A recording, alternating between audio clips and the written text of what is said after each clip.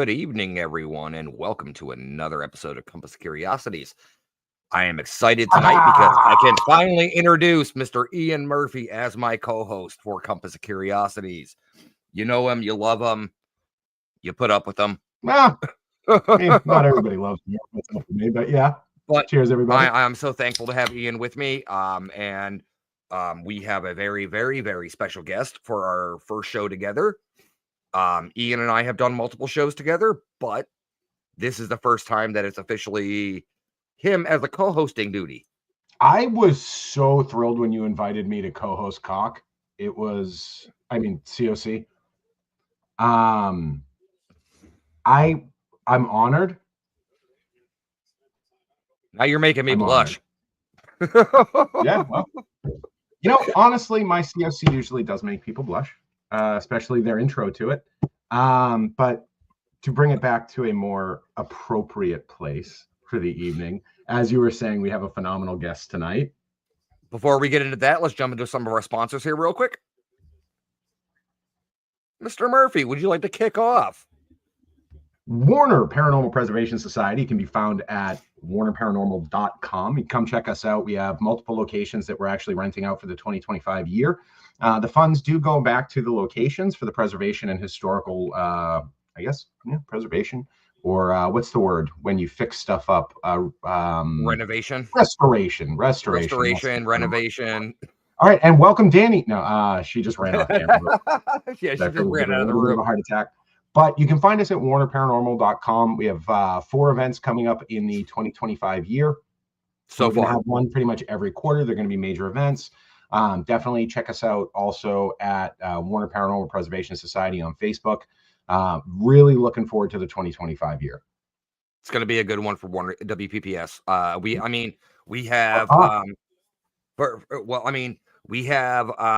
going to be well represented up in Maine in September. Mm-hmm. Yep, so, we have Matt Warner and us going up there. Rob is here. Rob's here. All right. Dad's here. Yep, got to make sure that we're treating Dani nice on the show. Right. Otherwise, we'll get yelled at. Exactly. All right, so, Ian, I'll let you handle this one unless you want me to. I want to hear what you have to say about this. So, Kimberly Ann Empowerment Photography. For those of you who don't know, that's actually my wife's boudoir photography company. Yes, sir. And I've known Ian and Kim for quite a long time prior to us getting into the podcast business and game and everything like that. And when Kim said she was picking up a camera and going to be doing photography, I was kind of like, oh, okay, we'll see how it is. My wife actually had a shoot done with her, and my God. Now, my wife's beautiful as it is, but holy hell. What Kim is able to do behind that lens is absolutely amazing. And I have seen it hands down time and time again with the clients that Kim brings into her studio. And it is absolutely fantastic, absolutely amazing, and hands down some of the best photography I have seen out there. So definitely, even if you're not in the New England area, definitely look into Kim. She's actually willing to travel, as you know, Ian, since you're headed down to West Virginia or Virginia here soon. I actually am not. This is going to be a girls' trip. She's doing a massive West Virginia trip at a very old historic building. We aren't allowed to use the P or the H word with the building because of town regulations and things like that. However, there are reports of abnormalities occurring at the location. And so she's doing a 2-day weekend trip down there. You can check her out at KimberlyAnnEmpowerment.com or Kimberly Ann Empowerment on Facebook, Instagram, TikTok, Twitter, or at least for the next 90 days on TikTok. For now. Yep. But no, it's absolutely great. My wife Nicole has done a lot of the BTS stuff for Kim, and it behind the scenes. Just call it behind the scenes. Don't abbreviate that. Sounds a little too much like another BSD. BDSM, BTSD. Yeah, so she does a lot of the behind the scenes. All right, next sponsor. Next. Oh, I'll let you take this one. This is a shit show. Don't watch it. I bought this show with the money from the other show, so I'm co-host now. Next sponsor. He bought his way in. You on this shit. Oh, good Lord. I'm glad you can make it back to the inauguration, Elon. All right, Small Town Productions. Small Town Productions, Mr. Larry Eisler III. Fantastic work on video productions, photography, editing, everything like that. So if you have anything that you need done, definitely check out and reach out to Larry at Small Town Productions. I can't speak more highly of his work. Him and I are working right now to get me an intro and an outro video. So that'll be coming here soon, and we'll see what happens with that. So the next one we have coming up is Jeff's Traveling Boards of Wonder. And I know Jeff's in the chat room right now with his wife, fiance, girlfriend, whatever you want to call her, Ashley. He is also the organizer of the Maine Paranormal and Horror Con in September. Jeff has a traveling museum of talking boards, Ouija boards, whatever you like to call them, spirit boards. He has gathered a vast collection over the years of what he's doing and everything. So definitely, if he's at an event, check that out. And like I said, the Maine Paranormal and Horror Con. This is not the updated one because I did this earlier, but this has not been removed. So September 6th and 7th, 2005, at the Augusta Civic Center in Maine. Okay, this was not updated at all, and I did that, so it didn't save. Anyways, the Maine Paranormal and Horror Con, while I gather myself here for some reason, has a great lineup. You have John Zaffis, you have CJ Graham, you have Bob Elmore, you have Matt Warner, Russ Stiver, Ian Murphy. Those people too. Jeremy Cotter is going to be there doing a roundtable for was that a Rob that I just saw peeking? No, it looked like Slender Man walking around right at Danny's house. Oh my God. She is so embarrassed. I don't know why, but anyway, so September 6th and 7th, 2025, up here in Augusta, Maine. I say up here like I'm there, but I'm 3 hours away. But and I mean, it's up. We're up in the same region for most of the people. But guys, make sure you check out mainparahorror.com to get your tickets. Definitely. So, guys, for the moment of the night, we will definitely. Hey, Damien, what's going on? Thank you so much for coming in. Without further ado, I mean, I'm at a loss of words tonight for some reason. I don't know why. I'm tripping. you're finding a lot of words. They're just not good ones. So they're not put together correctly, cohesively. All right. So without further ado, we're going to introduce our guest for the evening, our very own Get Haunted social media mogul and just absolute master of that domain, Dani. She is a force to be reckoned. You guys know her from Divination with Dani. You also know her from Sensing with Your Senses and quite a few other shows and series, not only on the Get Haunted Network, but also through different various events where she's been a presenter for different methodologies and different approaches to paranormal investigation. So I'd like to welcome to the panel, Dani Marie. Hi. That was the most beautiful intro I think I've ever received. Thank you. You're welcome. Now, I just got to say, Ashley just made a comment in the chat saying, Ian is making you flustered. No, Ashley, he's not making me flustered. He actually still has sleeves on. So I'm not at the fluster stage. I have a gnarly wound right here that I'm not going to show. Bro. It's grisly. I'm not going to lie. So I'm wearing a sleeve because I'm actually I have a pretty big ouchie going on right there that I didn't want people to look at. Did you get stabbed again, Ian? I did not. No. No, this was my own doing. Backstage before the show, we were talking about battle wounds and everything like that, and Ian's just running down a list of I learned a lot about Ian backstage. Actually, I had no idea. Look, I'm a very happy guy, and I'm a very peaceful person. And there was a long road to get until you're not. It was a long road to get there, but I've earned it. I've earned the laughter. I've earned the smiles. I've earned the happiness. All right, so Dani, Divination with Dani. What came? How did that idea brew in your head to do that? For Divination with Dani? Yeah. Well, really, okay. So I had always, maybe since I was like 15. That's when I got my first tarot deck, right? So I'd always loved that whole aspect of divination, of like the, you know, the mysterious side. I always thought of like I had, and I know this might sound horrible, but I was like always pictured like gypsies and traveling, and I just, that really excited me. So like that kind of thing always kind of stayed with me. I think the appropriate term is Roma. Roma, sorry. So Roma. The other one's a bit of a slur. Oh, okay. Sorry. I'm so sorry. So the Roma. I'm offended. No. No, but like, so like I always loved that, the feel of that energy, right? And I would always try to like carry that into everything. And then as things moved on, I realized that I had kind of, do you ever get one of those moments in your life where you kind of feel like you lost yourself a little bit? Right? Should have had a VA. What happened, right? No, not me. I sat down and I was like, well, what am I missing? What little spark can I bring back, right? And tarot. I had not really picked up my tarot decks the way I used to. And I was like, okay, I'm really going to do this. And the more I got into it, the more I realized I'm still in my comfort zone. You don't learn anything in your comfort zone. You don't even get close to learning something new in your comfort zone. So social media for me is kind of, I am terrified usually, right? Of like all of this, even before my shows, I'm nervous, like everything.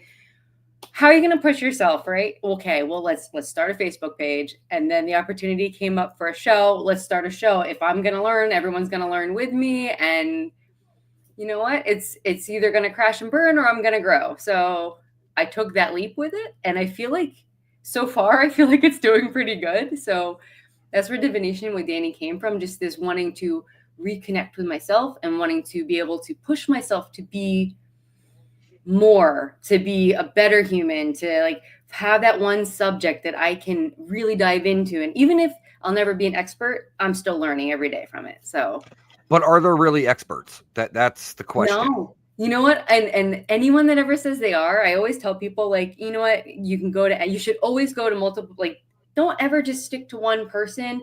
But also, if someone claims to be an expert in something, back up a little bit and ask yourself why they're claiming to be an expert, because there's always room for growth and nobody knows everything. So, Ian's loading up over here. I just saw it in his face. He's loading up. I know he is. Yeah, I'm not going to throw grenades at Dani. I mean, you kind of want to. I mean, I knew coming on here that that's a potential, right? So no, I wouldn't do that to you. No, I'll just throw on my way. Don't worry. Yeah. So Russ, based on Dani saying there's no experts, how do you feel about these special guests that are experts at different? I never single guest I have ever. So I don't want him to say anything that could get him in trouble because I triggered him. That was entirely my fault that he even started that sentence, and I wasn't going to let him finish it on the video. But Dani, you did bring up a couple of things that I want to touch on, right? There's a few things I think that you specifically, in the spheres in which you travel, right? Mm-hmm. You bring some things to the table. You definitely start different conversations that I'm used to having, right? So one of my first experiences with you was the sensing with your senses, right? Yes. That whole, when you guys came up to Massachusetts, and you actually were the one that gave me language for the type of attunement I have, right? We know what type of attunement you have.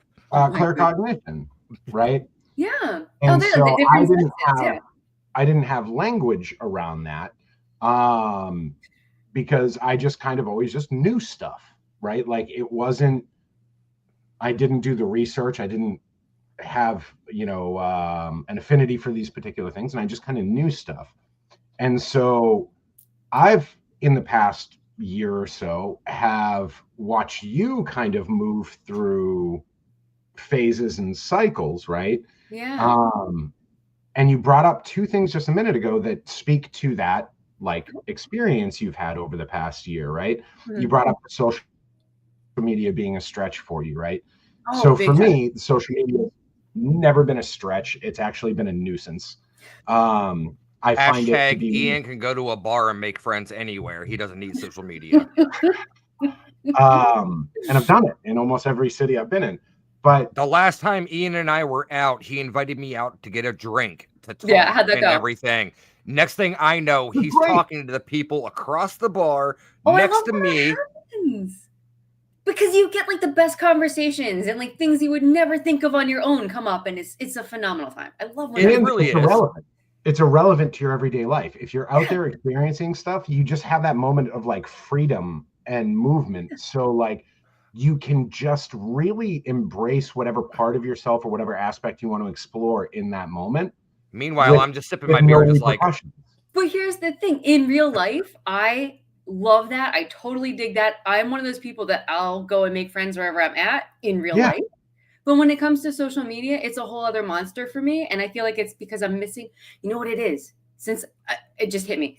So when you're with somebody in person, I know, sorry, I just got really we're having excited. epiphanies No, now. no, this is awesome. This is awesome. When you're in person with somebody, everybody throws like you're basically energy, right? You're vibing all the time. You're throwing energy out, you're taking energy in. Yep. When you're face to face with somebody, you're not only reading the language of their body or the sounds that they're making that are coming out of their mouth, but like you're also Cool. okay. Well, Not the words, just call the it. sound. We're talking about something completely different, guys. Loud noises. Whole realm of noises that people make.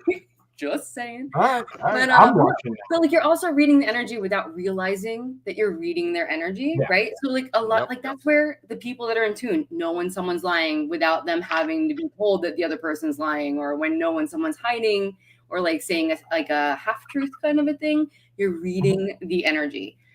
I don't get that from the social media aspect. Like I have a hard time pulling that part of it, and I have a hard time then relating. So I think that's where my social media thing is. So it's funny, is the first time I met you two, I had a conversation around this and kind of where I think it comes from.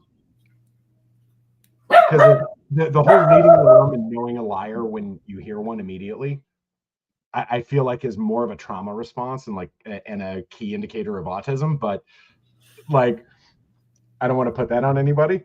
Ian, what's your past life trauma?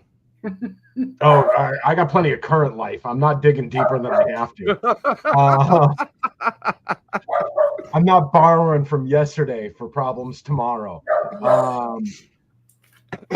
But so when you say that social media has been that obstacle, right? Mm-hmm. Yeah, it really has for me. You lack context. You lack the social cues of context. Yes. In social media. So for me, I've actually found that social media is just an echo chamber. And so if I'm sad, the world's sad with me.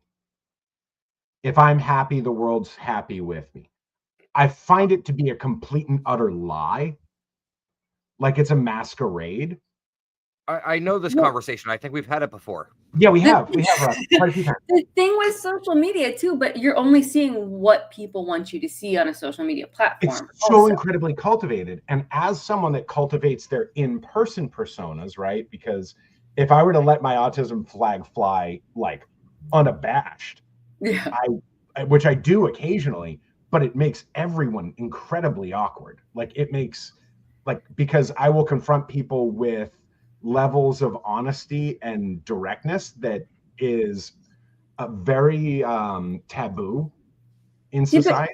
Then you know where your true friends lie, though, too. Oh, I do. The people around me endure me, and I respect them for it. So, Ian, I'm going to show you one thing real quick, no. and your reaction is going to fucking be everything. Okay. Yeah. This is a perfect example.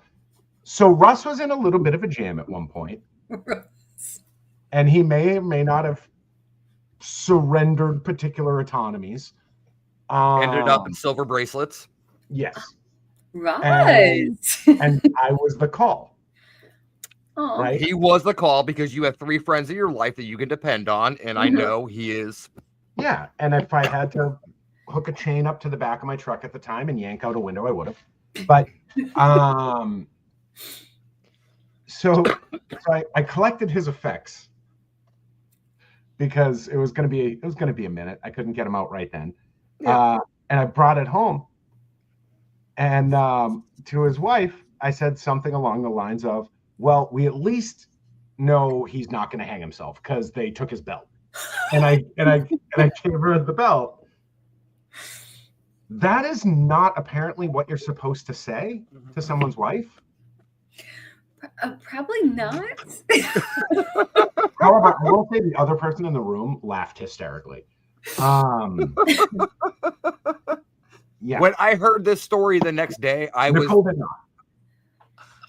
was dying laughing because I'm like, yeah, that's Ian. It's so yeah, and so, but I think too, there's being someone that does try to cultivate and become palatable on like when I go to work, right? Like I can't be that version of me. I can't be that like genuine, honest version of me. I worked in finance entirely too long. I was, a financial advisor at one point, and I worked for a pretty large institution. And that type of behavior doesn't get you far, right? So I've had to cultivate different personas for different circumstances for a while. And the one thing I think that why social media alienates me so much, and why it is a monster to me, but in a very different way, is that there's nothing positive really that I see from first world social media. Now, I put that little asterisk in there pretty specifically because you see massive social revolutions in countries that are actually dealing with like horrific oppression and issues and things like that, and they're able to overthrow. I'm not going to quote it. Don't worry, Russ. But in a situation where like a dead phone battery is considered like life-ending tragedy for people, because that's the world we live in. That's the bubble we're in. Is like a dead phone. Trust me, if I had to go to the bathroom and my phone was dead, that would be tragic for me. That would be like the worst thing that happened in the day. Like if I have Chipotle and my phone. Oh no, going back to reading shampoo bottles. Like, going to be a very boring trip to the bathroom. It's terrible. And so when people get online with that kind of stuff, it becomes this like, oh no, I'm going to empower you to be a victim right now. Like, and that kills me. Like, because I've talked to Russ about it, right? Like, and again, multiple times. Hey Russ, what's my name in your phone? Oh no. What's my name in your phone, Russ? You have an honest asshole. Oh, I love that. So he would post this shit online, and I'd be like, Russ, you realize it's the same 6 people that are encouraging you to feel like shit about your situation. And it's the same 6 people reveling in your drama and your suffering. And they're just encouraging you to be the same person that puts himself in the same situation over and over again to go through the same thing so that they can post their support to make themselves feel better. Know that they're your buddy. You don't know these people. No. It's like this weird, what's the word? I called it the other day. Shit, I can't remember.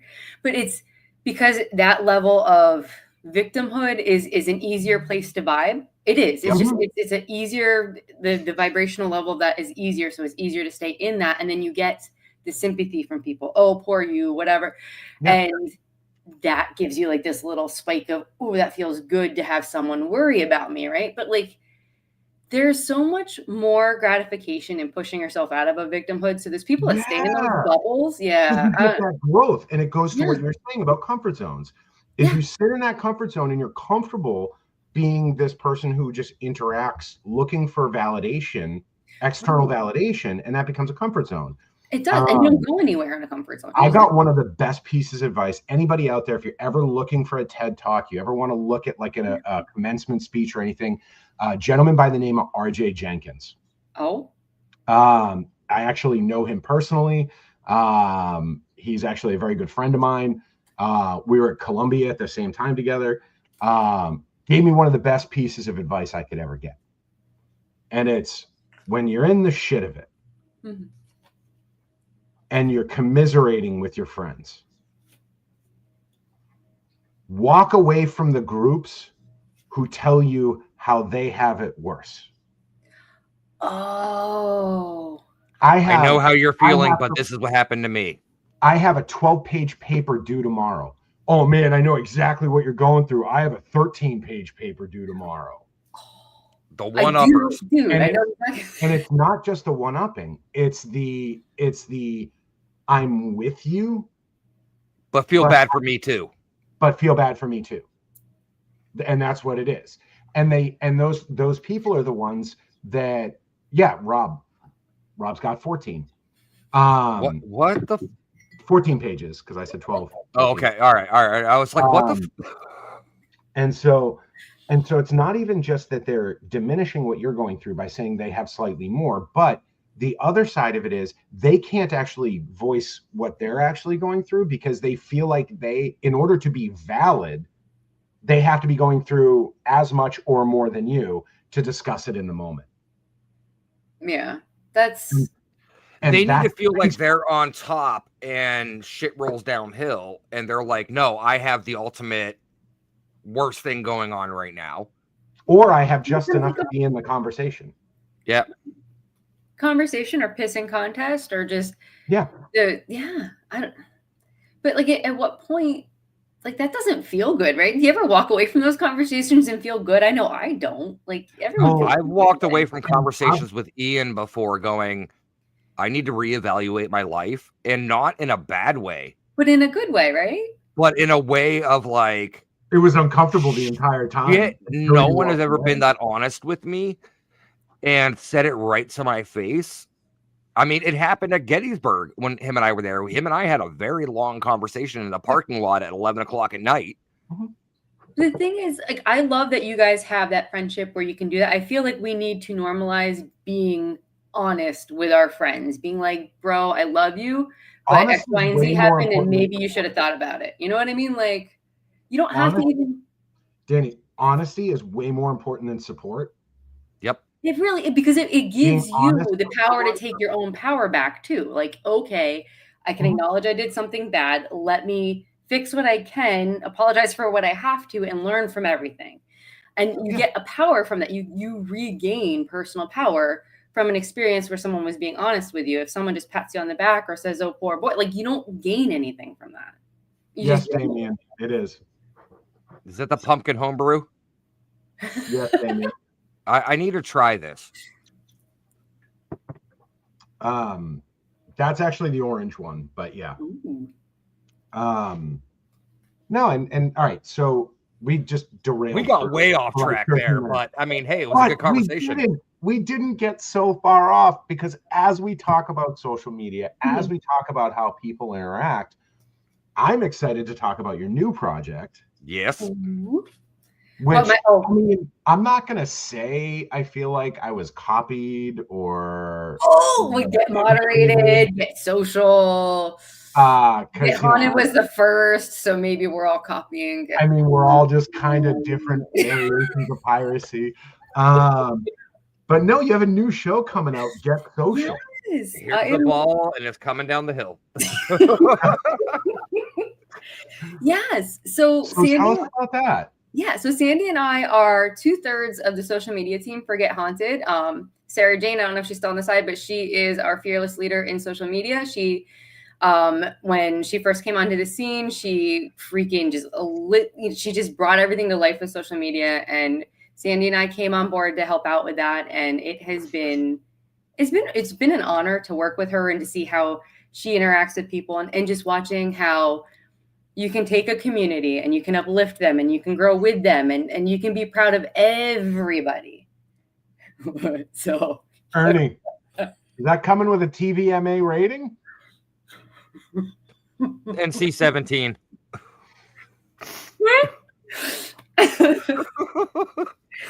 And see, everybody, this is what we do on the Get Haunted Network. You have people come in that can make the guests crack up.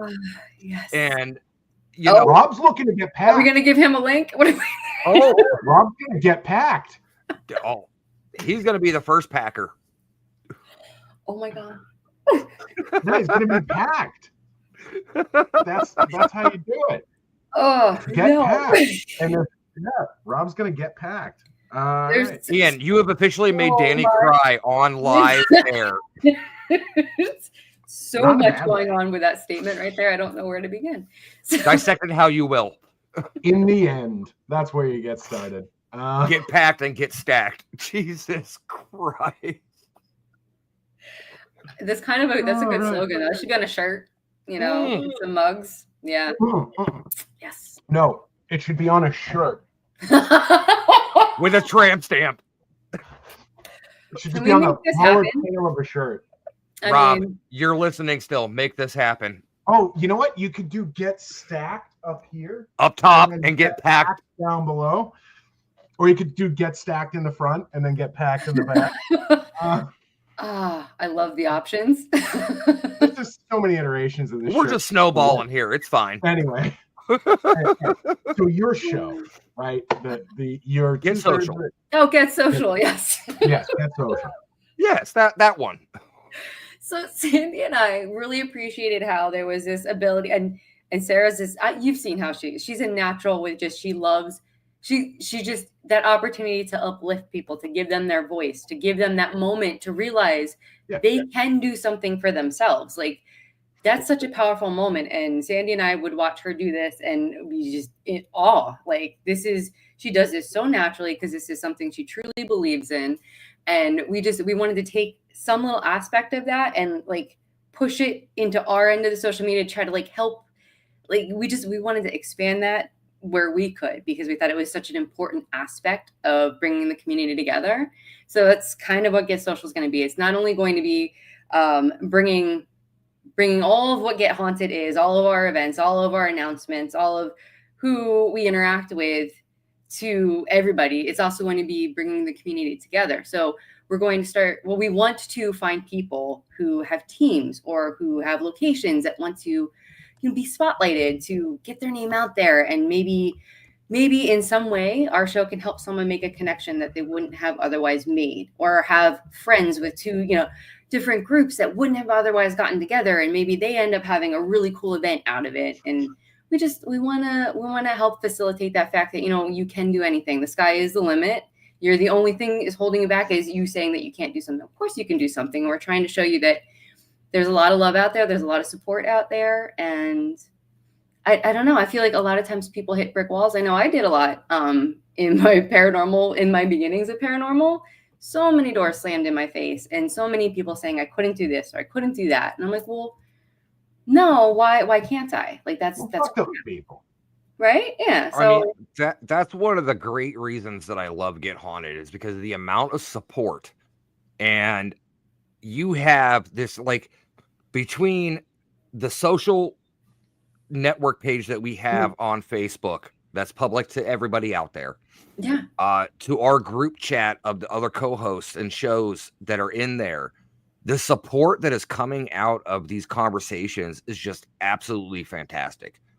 It is hands down. It feels more like, I know it sounds so cliche, but it feels like a family. Like there are people there. It's a dysfunctional family reunion. That's exactly what it is.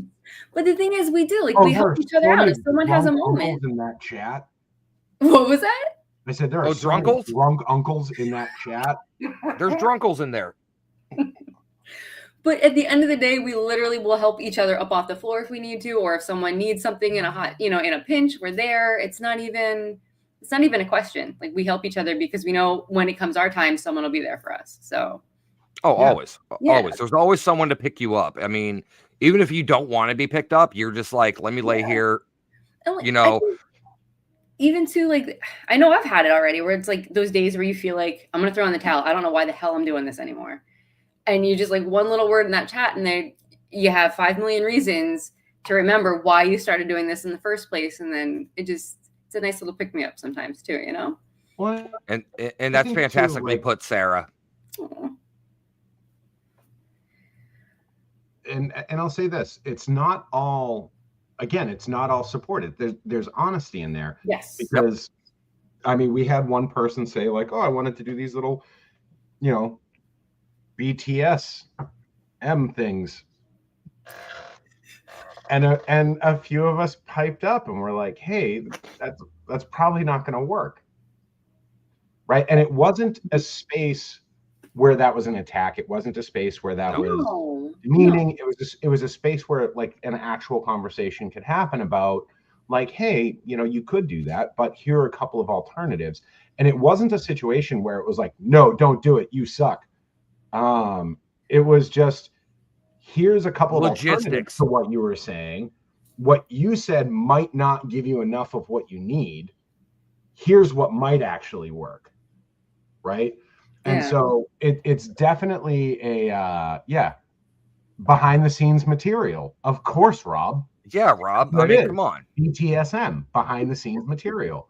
And so, that's definitely a very cool chat to be a part of. Yeah, and Denise just said in the chat that, I get it.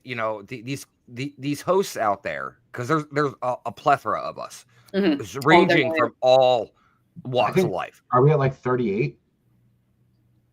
I'm not exactly. There are a lot. But I mean, everyone brings their own concept, their own design, their own mentality, and their own personality to what they do. And the great thing about the chat that we have going on, and you can screenshot this and send it to anybody you want to, but we are a family. We can be honest with each other, and we can honestly be like, hey, we don't think that's a good idea. This is a good way to approach it. Yeah.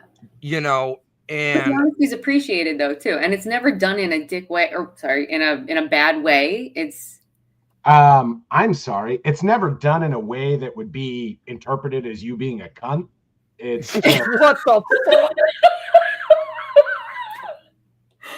Bro, I'm gonna go for it. We're not on cable. We're not on cable. Use the word you want to use, Danny. Just all right. Well, thank you. I didn't know, and I don't know how many slipped out before that anyway. So. A cunt, Rob. A cunt. Don't be a cunt. Do one of your best Peaky Blinder accent. What's actually funny, right, is I was on with Damien, and I slipped right into it the other night. He and I were speaking for like an hour and a half after he came on my show. And it wasn't even intentional, right? I just heard him going for a little bit. And so I slip right back into mine. And I try not to have it because the wife hates it. She thinks it's fake, right? Because all my grandparents speak like this, right? They're all dead now, but they were the ones that pretty much raised me. And so I grew up with an Irish accent, with a brogue. And and none of the kids understood me in school. So I had to learn how to speak like an American. And then I moved down south, and I learned how to speak like the folks down south because I was working in sales. And man, you can't make a sale down south unless you know how to speak like them. And once you do, they will invite you over for cobbler with grandma, and you will have one hell of a night. Let me tell you what. Get yourself some sweet tea and some plate, and you're good to go. Sweet tea and some cobbler, man. That will take you to heaven. Ian and I, fun story is Ian and I actually lived 5 minutes apart from each other in North Carolina, and we never knew it. Yeah, this was prior to us meeting. Years later, we met. Like 7 years after we were there, we met. Get the heck out. The universe was like, no, these guys are going to be friends one way or another. I was living in Ohio. My mother lived in North Carolina. I moved to North Carolina to the Winston-Salem area. And Ian frequented a bar that I frequented because it was right up the street from my mom's place. Okay. And then 4th Street? Little John's. Or the Opera House. Oh, okay, yep. And I frequented a lot of bars in Winston-Salem. We did. But no. The one would kick me out, and I'd just go to the next. But like Ian and I got into a conversation one day, and I was like, "Yeah, I used to go to Little John's all the time, go play pool, watch the games, everything like that." He's like, "Little John's." He was like, "That was right down the street from my place," and I was like, "No shit." Like you got this is literally before him and I had even met. It became a Black Bear. Yeah, I did. Yep. Oh shit. So, but and then I moved to Massachusetts, and he was one of the first people I met. And here we are 8 years later.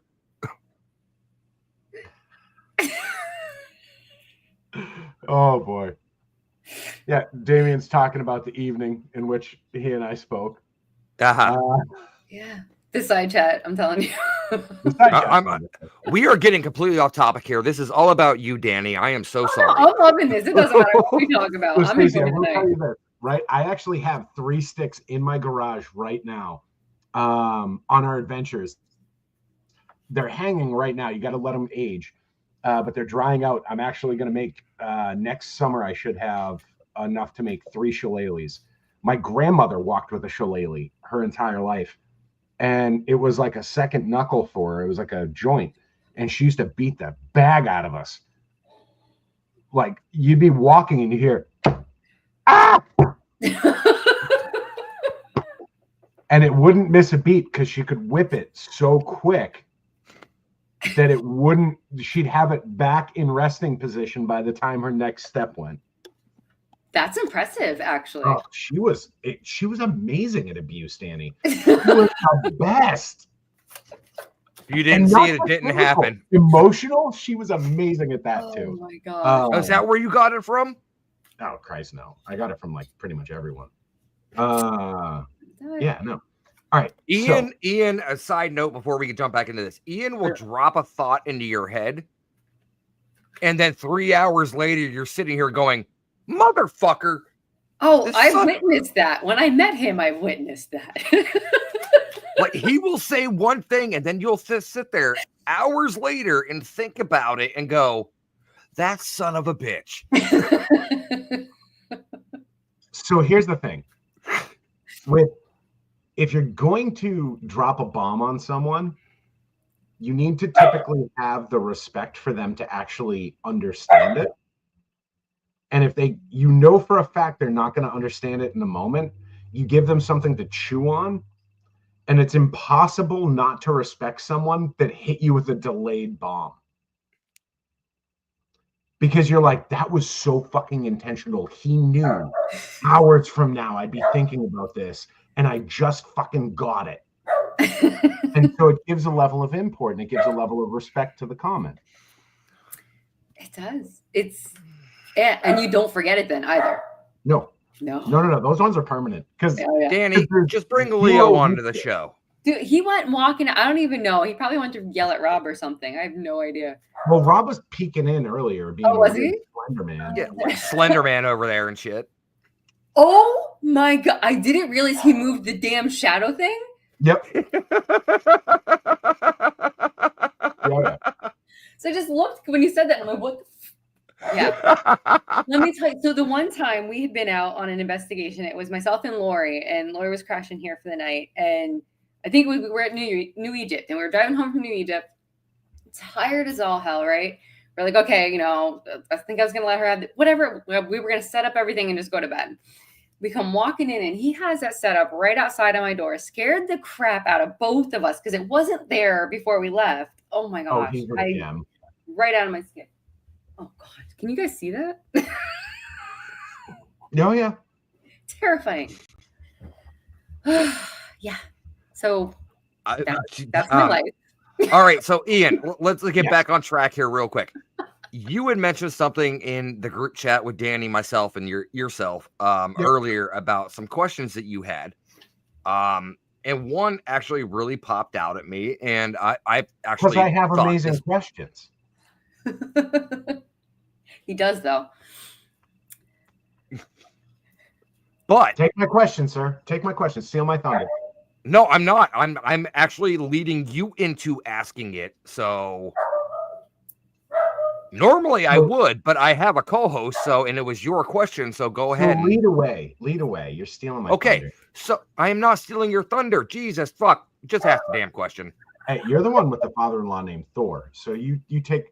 I didn't do that. I promise I didn't do that. Quit being pissy. You're not allowed to take your ball and go home. Ask the fucking question. No, you had brought up about investigating with equipment and investigating with your senses. Yeah. Yeah. And so in that elaborate more on that. All right, I'll elaborate. So I primed you for this. Don't giggle. We got this. We got this.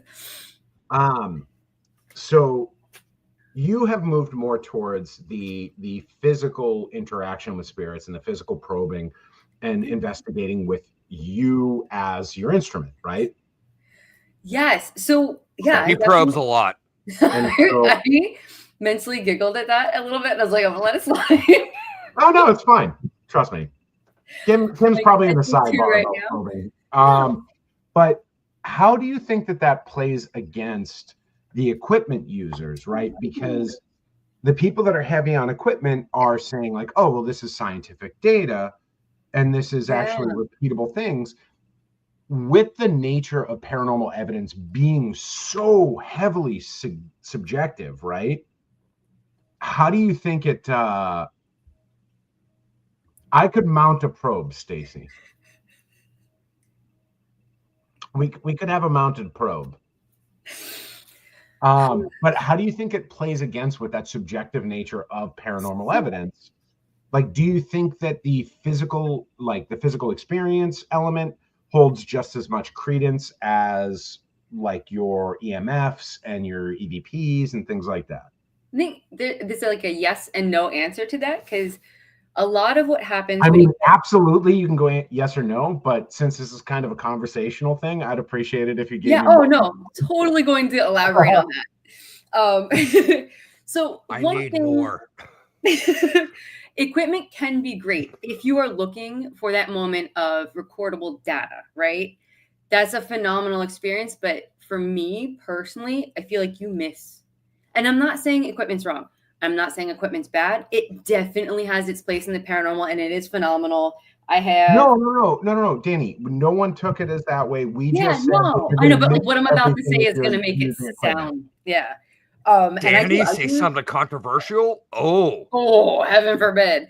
No, but like, so Is your when you're- light like tone reactive? right? That's what I was just wondering. what, my light? Yes. Yeah. Because you went Your from skin a much tone's more neutral changing. light and you went, ooh, and it like went to this like sepia, like There it goes. and now it's I back. don't, And now I it's don't back. know. Your light's like a mood ring. Right. I take it. No, so Jesus. but like the thing with equipment is you end up getting so focused on your equipment that the reason that you're even there, I feel like it morphs for a lot of people. They forget why they started getting into the paranormal, or maybe not. Maybe I'm putting that on people, but you lose track of it's an As a energy. man, I have never been too focused on my equipment to know why I'm in the paranormal. No, never. Not One of very few. One of very few. But you lose track of there is an aspect with when you put away the equipment and you use your senses and you use your body to feel what's going on around you. It becomes more about being in the moment. It becomes more about being an experience, like getting the experience, being an experiencer of the paranormal versus needing the data, versus needing to prove that scientifically, yes, this is possible, or yes, this is X, Y, and Z.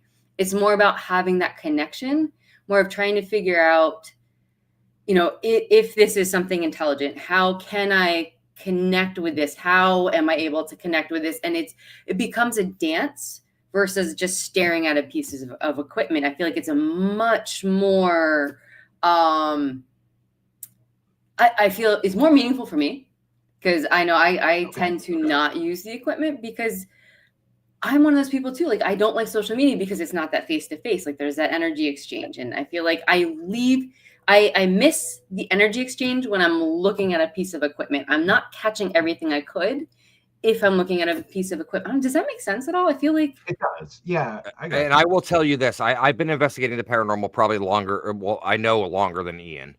I've been doing this coming up on my 28th year now. I've been doing it wider than you. So yeah. Oh my God. You have. The fuck was that, Danny? Nothing. Rob, clip that. something. But no, I'm just saying you miss 75% of evidence or personal experiences when you're paying attention to the equipment. No, you have these people that come out with totes and cases and everything else full of equipment. I investigated a location with a guy who had 36 recorders.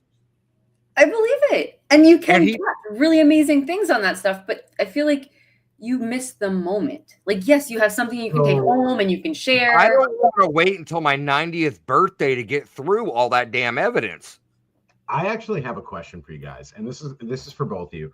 And I know my stance on this question, but I'm going to ask you both, and please understand that this is a question for the sake of the question. Okay. To hear your answer more than it is to try and argue the question to be valid, because it's going to sound like I'm being very condescending. Do you think that because you're there sensing things, right? You're not there to get concrete evidence. You're not there to get something that can be proved, right? Or proofed through, review or anything like that. Do you think that makes you more of a tourist than an investigator? Because a tourist will come and experience the environment. They'll see everything beautiful. They'll have the experience. They'll have the belief. They'll have the strength. They'll have that whole thing, right? A tourist will have all of the experiences and all of the nuances and accoutrement of the experience, right? Right. But they aren't in search of something tangible to prove the experience. Can I start on this one? Of course yes, you can. Go. Yeah. Shoot. Dani, please, you're the guest, by all means. Thank you. I feel like it's not being a tourist. You're looking at everything from just a different aspect. You are digging deep into something and you're asking more on a personal level for an interaction. You're walking away with things that you can build upon in your next investigation. You're walking away with things that maybe you cannot necessarily show to the entire world, like, here, I have proof. But you have proof to yourself that you're able to connect that one step deeper. And you have those extra questions now to push yourself that one step deeper for your next investigation. And I feel like if you're just a tourist, you're just there walking around, looking at everything. Oh, yeah, I felt this, or, oh, I got touched, or whatever. And you're walking away and that's it. But I know when I go into an investigation, I do ask myself those questions to push myself the next time. Or can I get a repeat of I felt certain like emotions or something in certain rooms? And so I guess, and again, I'm not trying to be an asshole. No, please go for it. Be an asshole. Come on. Just be an Come asshole. on. Isn't that just the shell braid for the kid that came back from Aruba? Like, oh, I experienced this. I connected with the. But it's not for everybody else. It's for me. I don't give an F if someone else thinks I don't have what it takes or I didn't get the experience that I got. Dani, just drop it, please. Just once. Just drop it. Well, Russell, you're like the Southern grandma that has never sworn a day in their life, and I am determined. That is a load of bullshit because I've been around her in person. Yeah. The vulgarity flows like water when you're live and in person. It does. So, because the internet matches everything and holds everything forever. That's fair. But I mean, I guess that's the real question, right? Yeah. So as someone that, I have a couple of pieces of equipment that I don't really put a lot of like credence into, right? And I am more of in the same tune with you. All right, Dani, just say it. Am I saying it? Just say it. Fuck. Sorry. You cut out there. I think we only heard Rob at the end of that. Yeah. On the private. It was I just heard Rob. Is that what you had said? I said fuck. Rob, yeah, that was. I only heard Rob. I heard that a second time again. Ian, are we good on audio connection over there with Dani? I think it is. Fuck Rob is all I keep saying.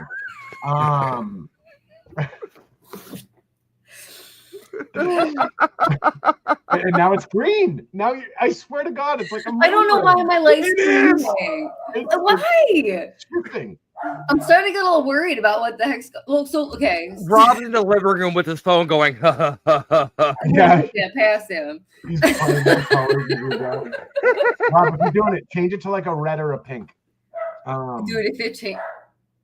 Denise, you can stop listening if you want. Oh, Denise, I will tell you this. Your husband's about to get packed with Rob. Yep. He's about to get stacked and then packed. Yeah, stacked and packed. I feel like that needs to be an entire event. Like, I feel like this really needs to be a thing now. I Augusta feel like Civic Center, September 6th and 7th. Do you have your tarot?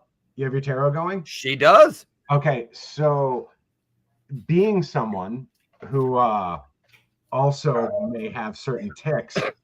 I can. Happy late birthday. Thank you for coming in. I'm going to say a couple of things here. Ooh. Correct me if I'm wrong. Right. You're either Are we doing the dueling tarots? Anxiety because of the things I'm saying, because Russ has been nice.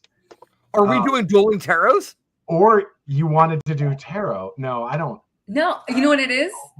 Oh, you got playing cards. Okay. It's a nervous thing, just in general for me. Like, I need to fidget. Yeah. I have a deck of cards in every vehicle. Do you really? And so, yeah, absolutely. So I have a deck of cards in every vehicle. I have a deck of cards in my office. I have probably 30 decks of cards in my house. Nice. There's like at least 2 on every floor. Our main floor has probably 25 or 30. Because it's my happy place. Like whenever I'm stressed or anything like that, I can shuffle. Yeah. It becomes a catch-all for like just like recentering almost for me. Yeah. For me anyway. Yeah. Yeah. I do the same thing. I either play with a pen. Russ, we already talked about people that one up and try and join the conversation when it's relevant. Oh my God. Poor Russ. I'm sorry, dude. Oh, now look, see what you did. Sad Russ. He knows I'm going to bring his ass right back up. I'm not going to let him hide in the corner. He knows I'm only joking anyway. But yeah, and it's nice too because like, if I'm in the middle of like just even a boredom shuffle, and all of a sudden I think, like, what is that? That's a sex toy. That's a bedroom thing. And it's got the holes in it so that it makes the little pucker marks when you give it a good. Like cracks. I just like hearing the air go through the holes. Moving on. The air. Moving on, Danny. Anywho, so we technically have. Yeah, and now can't win to lose. Jesus Christ. Recentering. So Russ typically has questions. I actually have one question. Ooh, okay. So because you are a sensing with your senses person, right? Mm-hmm. This question I think is actually kind of important because a lot of folks that deal with equipment, right, will get a lot of feedback and a lot of different responses from high electromagnetic areas, right? So if you have a lot of underlying shale or slate, you're going to get a lot of interference with EMFs. If you're near, particular types of broadcasting towers, not EMFs, EMPs, and the K2s. If you're around a lot of different radio broadcasts, you can get the EMF interruptions and things like that. But as someone with senses, what is like your favorite experience or location that like has really resounded or had the biggest effect on your perspective of your method? As far as when it comes to how I'm able to sense things and like the moment. Leo has an answer. What was that? I said Leo has an answer. Oh, Leo always has the answer. No, I think one of my bigger actually 2 of my biggest moments as far as senses go with an investigation and dealing with the paranormal and with people in the paranormal. 2 of my bigger ones actually happened at the Shanley Hotel. Okay. It's one of those locations where you walk in and it's just beautiful. You walk in and it's just well put together. Kelly just does an amazing job of keeping that place looking the way it does. And there's a vibe of being very comfortable when you first walk in and then you get into the investigation. And here's the thing too. I think sometimes it's the people that you investigate with that will change the way you interact with an investigation as far as energy. And it always just seems to be a lot of eager people to like get Shanley like brings in the people that are really excited to go do anything, Just a bunch of eager beavers. Yeah. But so I can actually feel the difference. So like 3 floors there plus the basement, but I don't really like the basement. I'm not a fan of the basement there. Just energetically wise, I'm not a fan and I haven't figured out why yet. Like I'm still trying to figure that out. But by the time I get to the third floor, you don't feel like you're alone. And just knowing that you can feel like people are crowding in around you, and there's really like maybe one or two people up there with you, and being able to figure out which room you should go to like have the people that want to use their equipment, and to know that it might be a more successful event in that specific spot because of where you're feeling pulled.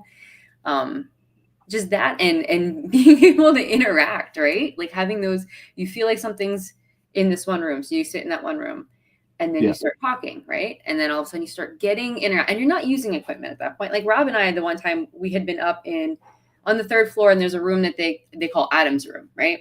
And then there's a story that goes to the energy that's supposed to be in there.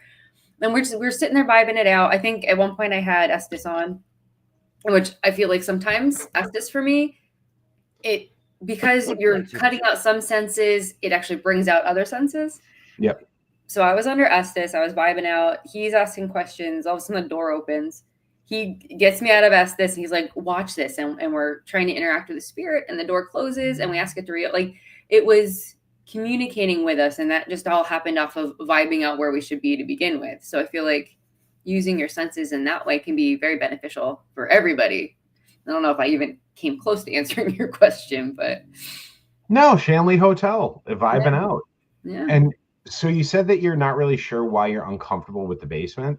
Yeah, because okay, with basements, and hear me out here, because I don't understand electrical anything, but like your basements usually hold like, you know, the utility boxes and all of the electronic, that's not even a word. It is now. It is electronical. But like, so there is a chance of having more EMF coming off of man-made equipment there, right? And I know I'm one of those people, when people have an EM, those pumps, what are those called? EM pumps. Okay, EM pumps. I feel that in my chest, like everything gets. Like, I do too. I don't like those. I don't do well around those. It overloads you. Yes. So I'm thinking like that might be a reason for not liking basements in a lot of places, because that's where a lot of the electronics and everything, and like the heaters and water pumps and. See, that's what's really funny is I normally don't go into locations alone or like walk around places alone. Yeah. Not because I'm scared, because if something happens, I want somebody to be there to be able to verify that. Right. Yeah. Because otherwise, the basement at the Hearthstone Hall here in Rockland, Massachusetts, which is a location that WPPS helps run and preserve, I feel completely comfortable in that basement. Yeah. I sleep in there. I could walk down there by myself, sit down there all alone, not a problem. No joke, Danny. We'll have rentals, and I'll just be bone ass tired, and like I'll go down into there's an old shooting range in there. I've seen it. And I'll go to the end of the shooting range, and just sit there underneath the actual drop slat, and I'll lay down. I'll go to sleep, and I am perfectly comfortable in there. Yep. And we've had so many investigators, Ian, say they're uncomfortable in the basement and everything, and it's like, well, look, we had a lot of people say they were uncomfortable in the basement for a while, and lately we've been having a lot of people saying that they're getting children down there. A lot of activity. Which is wild, because I think there is something about basements, the nature of it, right? It is below ground level. Mm-hmm. And to me, like, there's just some weird connectivity between the idea of being buried and being in a basement that just, I would think if I was a spirit existing beneath ground level, I would be very uncomfortable, because it would be too much of a throw in my face of where my actual body is. You have a chance to roam, and yet you're stuck in one place. Well, no, not even necessarily the stuck thing. It's like, all right, if you think, and don't answer any of these questions, just internalize, answer these. Process. Right? If you think of a traumatic experience or something that you've had like around food, right? Like something that you've ate that you immediately threw up or it made you sick and you just feel really alienated from that food, right?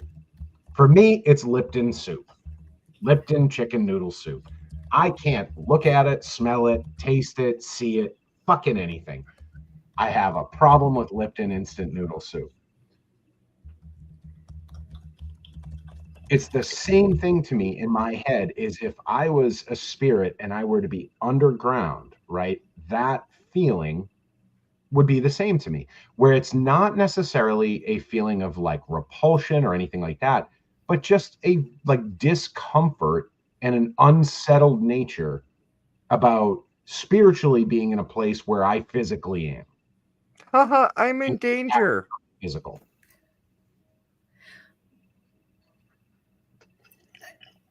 I can see that. You see what I mean? Like, I don't know if I I'm can see explaining that. it well, but Like you should be able to. I would. Okay, so in that scenario, I would kind of feel. I don't know if trapped would be the right word, but like you should be able to be free from wherever the heck your body actually is. So. well, but yeah. So like, even if it's disconnected from the body, so like, let's say I'm the next town over, like Mhm. my graveyard's the next town over, but they've put my body to rest 6 feet under. It's Right. it's like a symbolic thing at that point. Well, how high are most basements? What's the actual height of most basements? 8 feet. Is it 6 7. feet? 6. 7. It's 7. It's 7 feet. But so when you're there, there should be 6 feet between you and the rafters. Yeah, it would be. And so Now there's I an understand the unsettled Lipton parallel. soup reference. Like I understand that a little bit. Yeah. And so to Yeah. me, it's an unsettling parallel. Mm-hmm.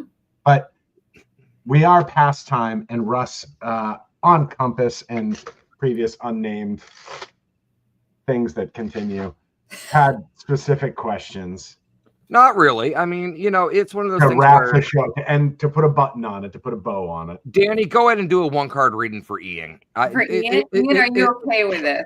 I am. My consent is implied. Okay. Is this partnership going to work? That's what you want to know?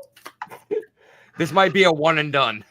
Dumpster fire, here we come. We're gonna be like that Punky Brewster refrigerator episode. Oh God. my god, I have not. Punky Brewster. Rob wants a reading. Does he? Just yell. Pull He the just said, death pull the card death for card. Rob, please. What was that? That was Rob's comment, not mine. Yep. Pull the death card for Rob. Nice.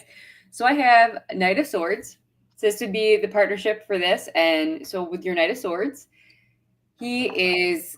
So your swords are your thought processes, the clarity of thought. They're running towards something and a change and swift and cutting the bullshit, right? I always pull a couple cards to help balance this out. So you also got the Moon and you've got Temperance, right? Right, So moon, here we go. No. Jesus. So It is with not a the full moon- moon.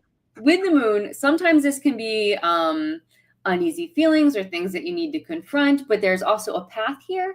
So there's also this cutting through. So you're cutting through things that may have been uncomfortable or you weren't sure of, and you're finding your path. And in that process, you're finding a balance. So I think this is actually going to work. All right. So the first card was me, the second card was Russ, and the third card's how it's going to end. Nice. Exactly. Let's sort your shit out, Russ. Help me, My Ian. swift, wonderful thought process is raging in like a knight to save you. Wow. Sorry I gave him that narrative. Danny, don't worry. I don't actually believe 85% of the shit that comes out of my mouth. Oh shit. All right. Am I pulling any more cards or you kicked him off? No, I didn't kick him off. He just turned his video off. I can't control my it. Save God. me. Save me, oh gentle knight.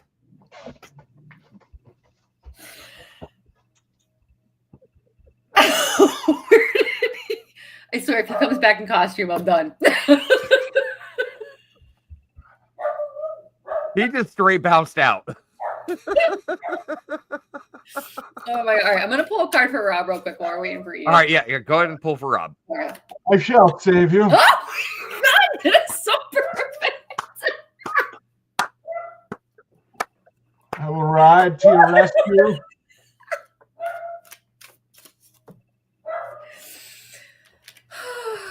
My sweet prince. Thank you. Rob got the devil card. My maiden. Good. I had it right the first time.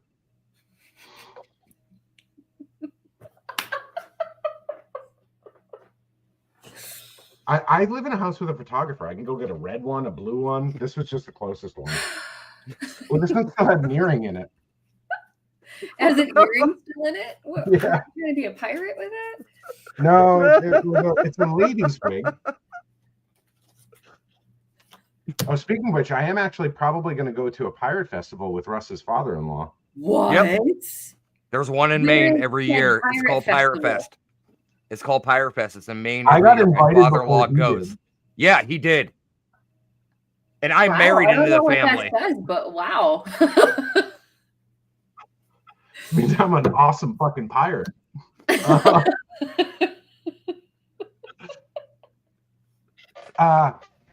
Rob, it is. Whoa. Um, And canceled. So funny enough, I got Kim. She shared a video or a picture. We're an 80s rock band on crack. No, she shared this thing that said "Make America Merkin again." Merkin? Oh God. Make Merkin great again. And so she actually has the T-shirt with a little Cupid that says "Make Merkin great again." She's worn it like once and not in public. Yeah. Oh yeah. Top Google search right now. Yeah. And what's funny is Russ said before, like, "Oh, I've got to Google words when Ian's on the show." Yep. Merkin isn't one of them. I'm pretty sure you knew what Merkin was prior. Yep. Because of the conversation we've had in the past. All right, Danny, you and your color ironically changing enough- lights over there. Go ahead and pull a card for Rob. Oh, I did already. He's got the devil.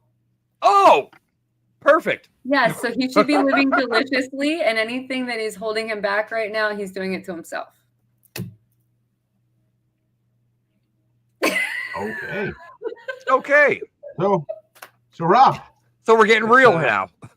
Yeah. All right. That was a little more intense than initially. Rob has left. Rob has left the chat. That's what devil means, bro. Rob has left the chat. He's just murking it to himself now. I mean, go ahead and pull one for Ashley Merrill, Jeff's Did Ashley girlfriend. ask? No, she did not ask, but I'm just pulling people out. Okay. Well, let's be consensual about Are we doing this? our pullings. Yeah, I mean, there's still 12 people watching, at least on my end. Does anybody want a reading, a one-card pull from Danny? We got a couple minutes and everything. If you want one, type up in the chat room. It's so Leo funny that wants you said one. that 13 minutes over, and you're like, yeah, we have a few minutes left, and we have one of the people that lead up the social media side that's like responsible for shows like staying in their pocket. But there's no one after us Well, we got Greg Bakken coming up at 11:05. at 11. We are Right, clear. want a card? That's the only reason. why Sarah I- wants a card. Sarah wants a card. Damien wants a card. Big Daddy Andy wants a card. Oh my Andy, gosh. thank Okay. you. All right. Chris Hey, Smith wants a Chris. card. Hey, Chris. All right, I'll do Chris's. No, you're gonna pull Chris's? I don't know who Chris is, but Is it the Ace of Spades? Sarah, honey, you need to rest and you need to let yourself recoup. You have 4 of swords. Oh boy. With Sarah being sick, I agree with that one 100%. Yeah. Ian, we're getting the thumbs up from Sarah, Courtney, everybody. We're good to go. Good. Yeah, I'm just looking up at the translation of tarot to regular playing cards because that is a thing. Are you looking at layman version? Yeah, because I don't know what I'm doing. I'm just pulling stuff. All right. So Is this your card? Oh, because we got to take out the face cards, right? You got to take out the face. Because there's not an 11 of swords, right? No, it goes to 10. Okay. So it's a 40 card deck. For their tarot? Yeah. No, it's a 78 card deck. But you have your 22 major arcana, and then you have the 50 whatever the heck of the minor arcana. Oh, right, damn it, Ian, get another deck. What, I got 40 of something. So I'll pull it for somebody. All right. Actually, I'll do Courtney. No, actually, do Damien. Do Damien. Oh, Damien? All right. Yeah. And do it in your Irish accent. All right. Well, let's figure out what we got here. Put it from the middle of the deck, not the top. Because nobody likes it from the top or the bottom. Somewhere right down the middle of the straight's the way to go. And so we have the 3 of Cups. Dani, what does the 3 of Cups mean? 3 of Cups is, okay, so 3 ladies cheersing. So it is either a time for celebrating with friends or a time for asking if it's a bad situation, who is the person that's your third party that you need to kick out? It depends on where you're feeling. If you're feeling really good, this is a time to celebrate with friends. So it's the pub card. It's the pub card. It's a pub card. You know why pub is so wonderful, right? Let's go down and get a pint. If you're having a good day, go to the pub. If you're having a bad day, go to the pub. Somebody's born, go to the pub. Somebody dies, go to the pub.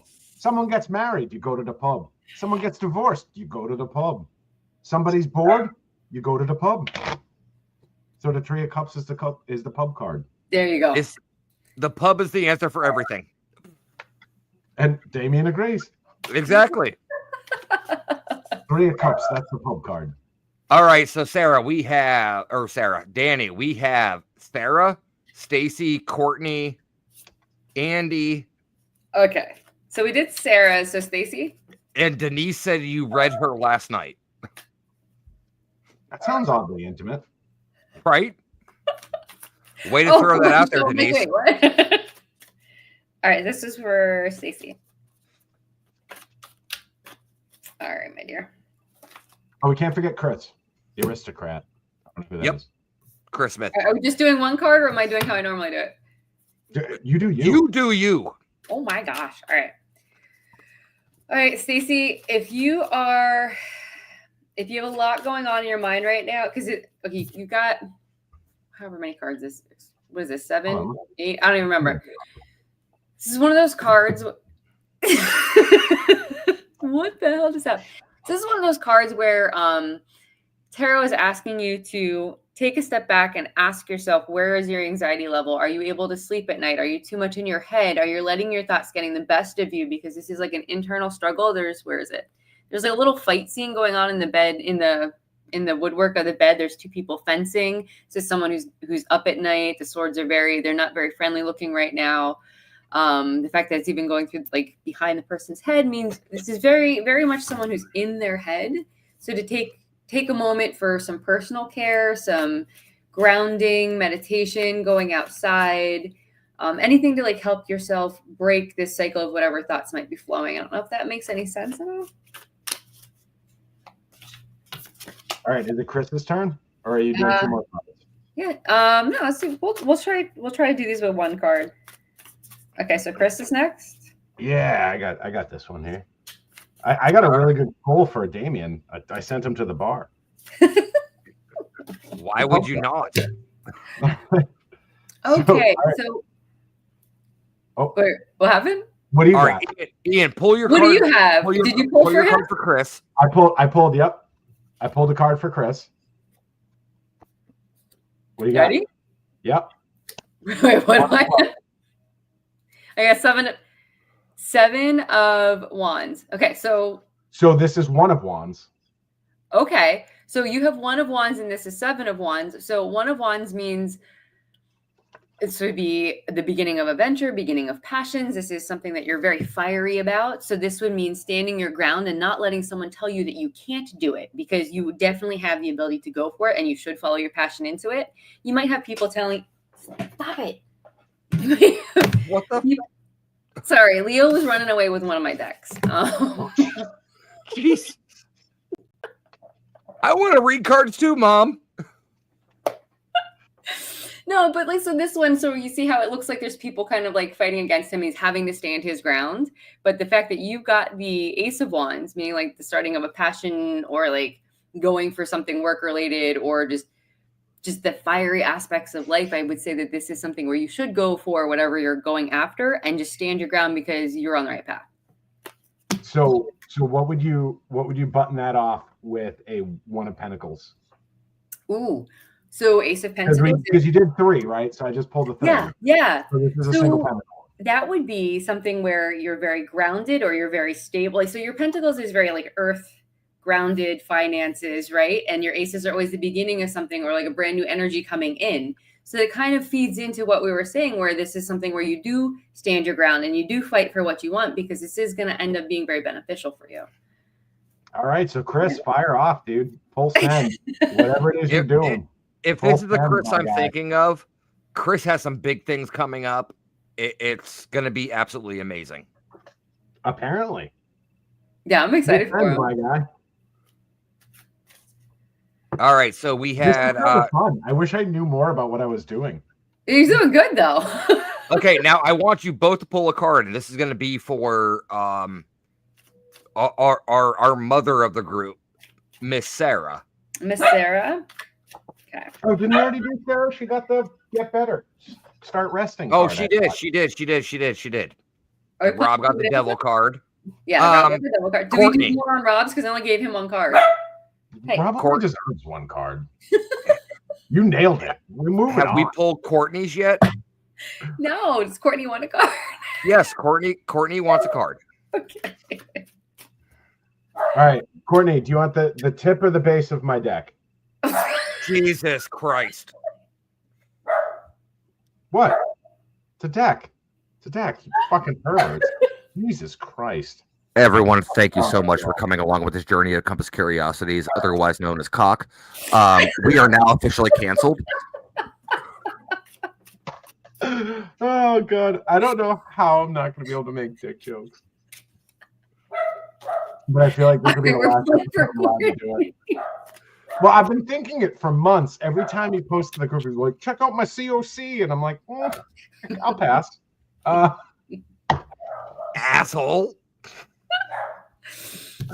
All right. All right, Courtney, here we go. Ready? Yep. I'm going bullets tonight. You are pulling bullets tonight. I got the One of Cups. All right. So Ace of Cups, 5 of Swords. Actually, all I swords is the only ace I haven't pulled so far. Yeah. I'm just starting shit. You're going to be walking away from here. So if we're reading these two cards together, what we're going to say is you're walking away from a situation where you felt that someone was trying to get the best of you, where maybe something didn't work out exactly how you wanted it to. Because if you see here, there's this guy who looks like he's got a very ego-based victory and nobody else is really having a good time in this situation, right? So this is one of those. Could be a Ferric victory. It costs too much to win. Could be. I'm learning. Oh my God. So, okay.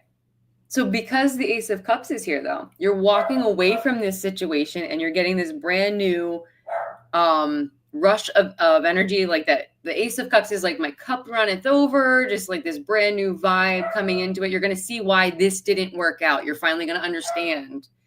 And that energy is going to be so much better than what you had before. I don't know if that makes any sense. But. So do you want to do the third card or do you want me to do the third card? Oh, you want me to do the third card? What? No, I'm asking you. What, you go fine. You do it. You do it. All right. Here we go. Oh, Deuce of Pentacles. Okay. So 2 of Pentacles is a balancing act. So this is going to be one of those things where walking away may seem difficult at first, but it's one of those like you're going to have to balance it out, make the decision, pros and cons. Though, so in a normal 2 of Pentacles, there's like a wavy sea behind the guy, and making that decision is you're gonna have calm seas, and you're gonna flow right into that Ace of Cups energy. All right. Anybody want a dog? Anybody, Leo? Anybody? Leo. I dig this, Dani. I don't know what the hell I'm doing, but I'm having a ton of fun. It's working. It's flowing really good. I don't know. I pulled a death moth. Oh shit! Where did that come from? I pulled a Glock. No. My bag of death moths. Oh, because totally normal, Leo. Russ. Not at all. Call it a wellness check tomorrow on you.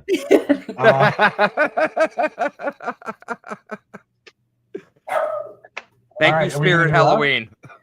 You want to do Russ? Should Yeah, we? go See ahead, if I can pull. pull that. Yeah, pull come that, on. that one of All right, let's swords. pull for us. I haven't gotten the ace of spades yet, so Come on, Ian, pull me. I'll give you a tug. All right, I got his first. All right, and then should I pull his third now or no? Yeah. Right. Pull third now and set it aside. All right. All right. Ready? Three of swords. Oh, what do I have? Wait, what is this? Didn't you just say you hadn't pulled any swords yet? No. I hadn't pulled the ace of Eight of Cups. What is it? Three of what?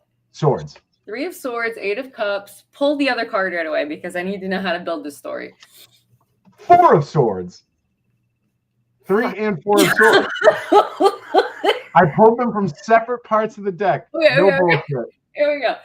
All right. So the Three of Swords. I don't know if you know what that looks like in a normal deck, but it's the little swords going through the heart. It's that one that like everyone uses as a tattoo. Oh, Yep. okay. Yeah. Some form of disappointment has happened in your life where you're going to have to walk away from said situation and either regroup to yourself or realize that that situation is no longer part of, like, cut the ties, boom, cut him, walk away. And then what was the other card? The Four of Swords. Four of swords. Yep. In the walking away is this perfect time to rebuild your energetic spiritual stores, but also to reflect on what can I take from the situation. To rebuild. That's what I'm hearing. Not Nicole. She's not. She's wonderful. I'm not talking about her at all. No. Is this something that has...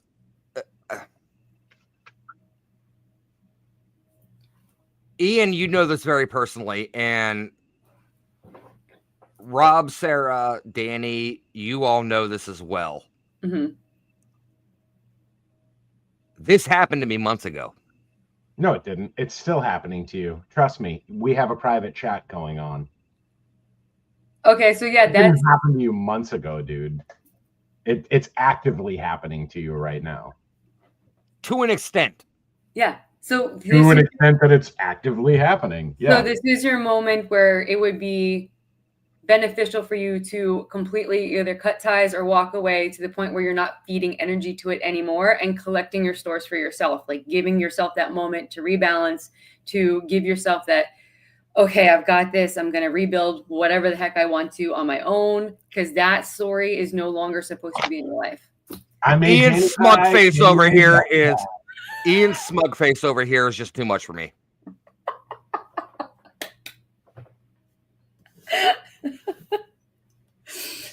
But yeah, shit. Dude. I made Dani cry. Dani made you cry. You know, it's what it is. What's the final card? What's your card mean?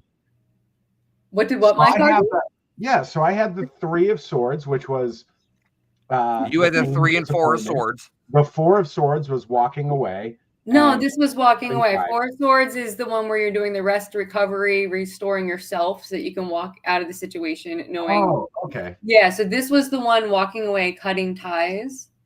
Okay, so I just drew the card that was identifying the problem and then the solution, not the action. Yes. Okay. Oh, great. Frank Baccarat and Miss Cleo just read my life perfectly. You darling out there, call now. I tell you your future. Be the baby daddy. Oh, I miss those commercials. I'm telling you. I do too. What happened to her? Dude, do you guys know what happened? Away. I don't know what happened to her. Miss Cleo passed away. Well, she did pass away, but she passed away broke and a felon. Yep.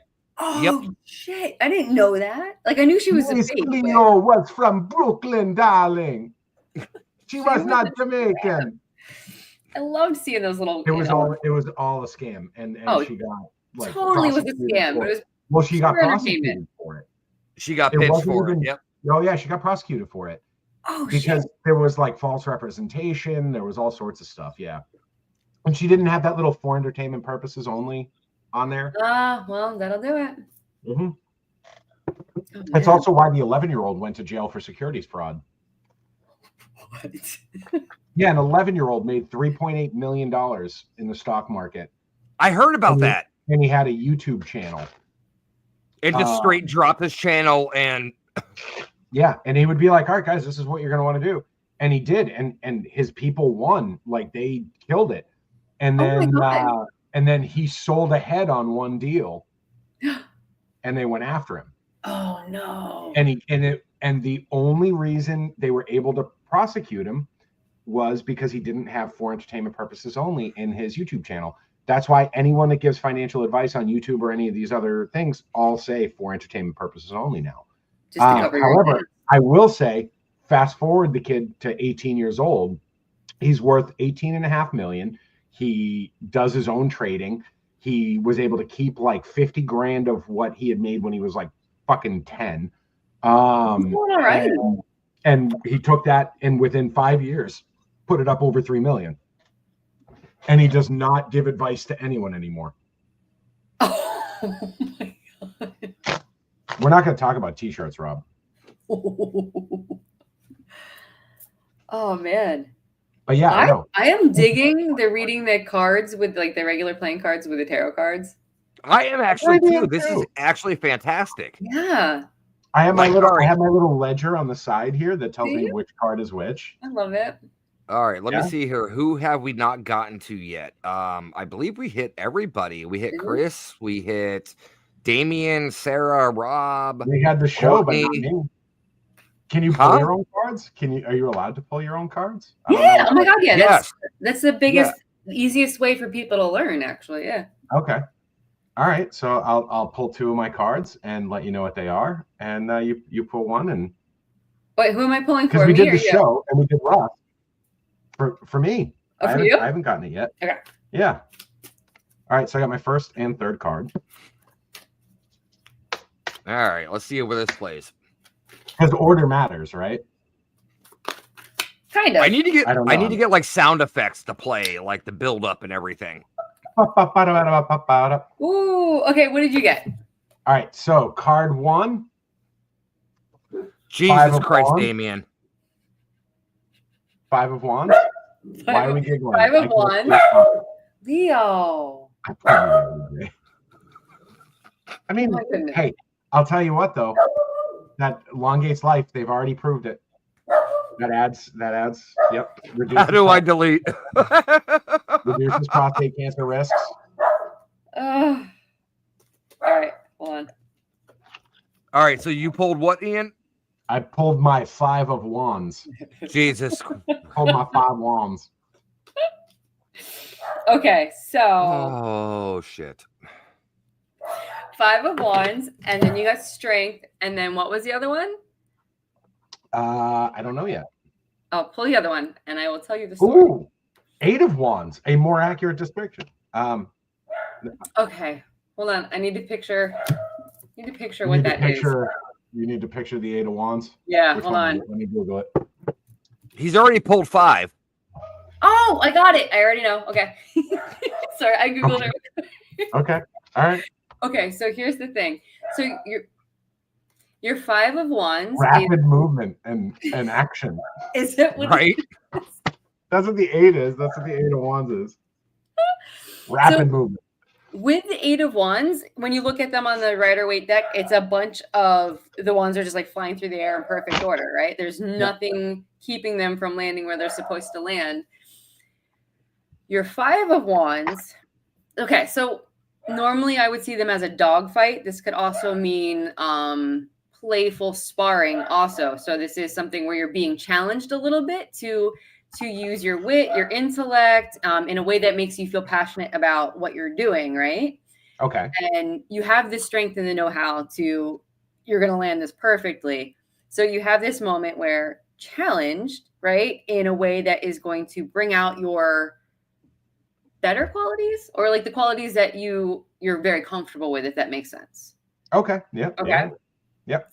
And you're going to be able to do this in a way that you don't feel offended. You don't feel like like with Strength. She's very comfortable with that lion.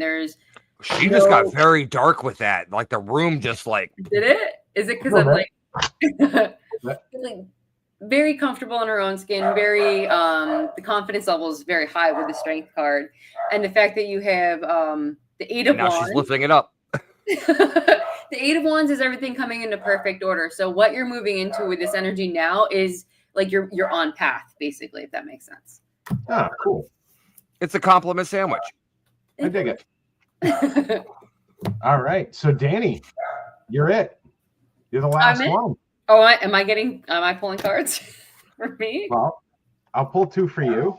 Okay. Well, you're not pulling Damien's cards.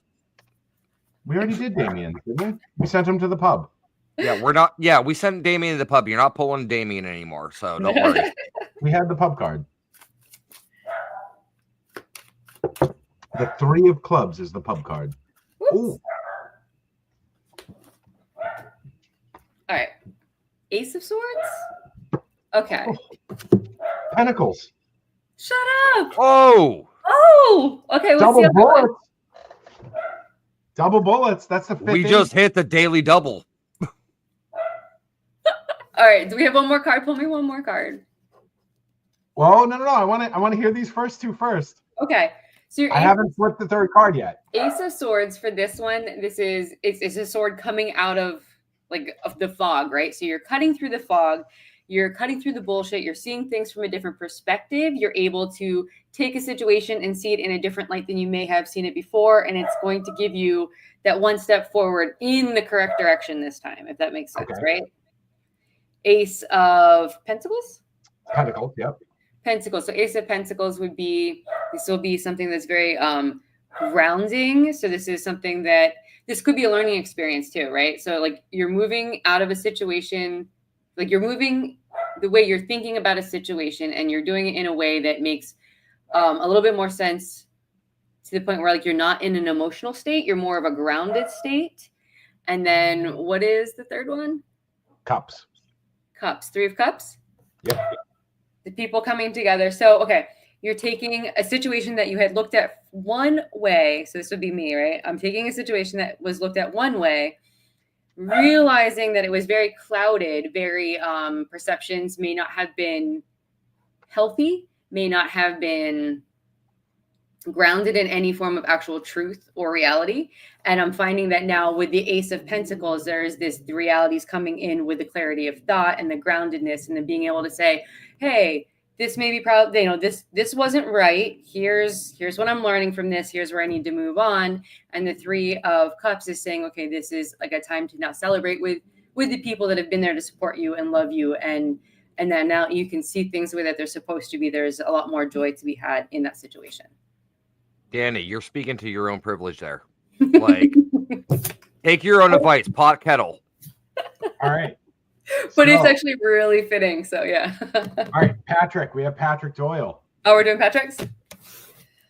He's been with us for a minute here, and he has. And you know what, Dani, Ian, I'm gonna throw this out there. Once a month on the Cock Channel. Okay. Let's do 3-card pulls once a month. Yeah. Make it a reoccurring thing on a day. Fun. Like we have Terrible Tarot over here, and we have not to do it on a day. Just do it on a day. Just a day, whenever. We'll just pop on whenever. Instead of a non-day. No. I mean, time is just a myth anyway. So, I mean, time is just a threat. True. By the socio-ethnic group in control of any given nation. Please do not break out the quote.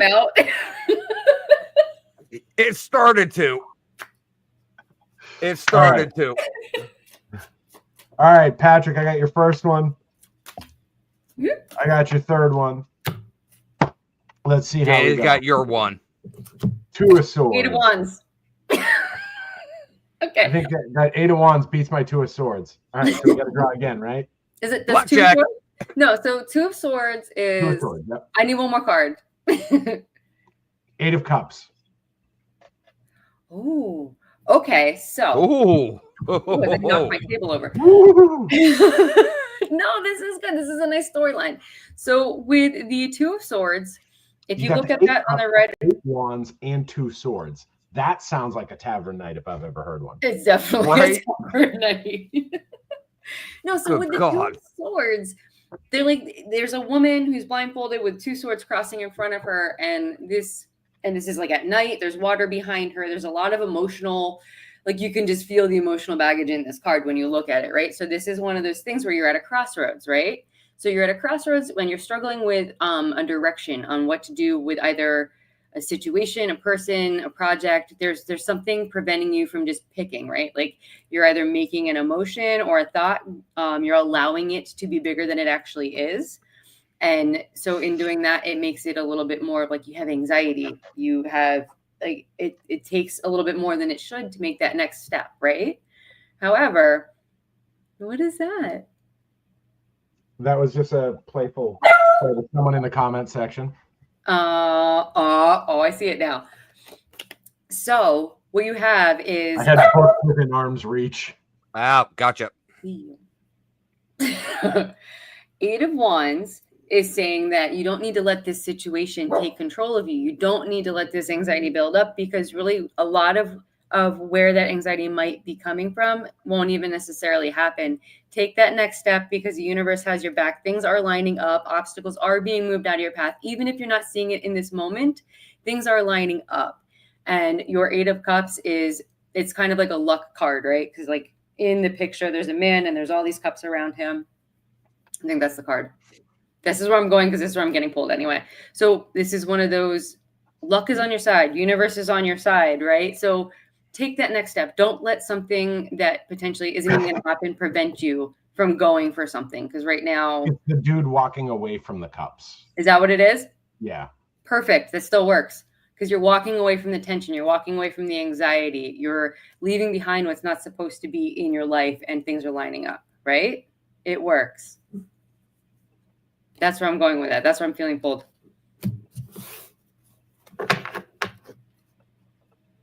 This guy. That guy. Okay, there it is. That guy. That goes with the 2 of Swords too, because the moon and the water, there's the emotion there on both cards, and you're walking away from those emotions that aren't going to serve you. Yep, and Patrick's saying it totally makes sense to him. Okay, perfect.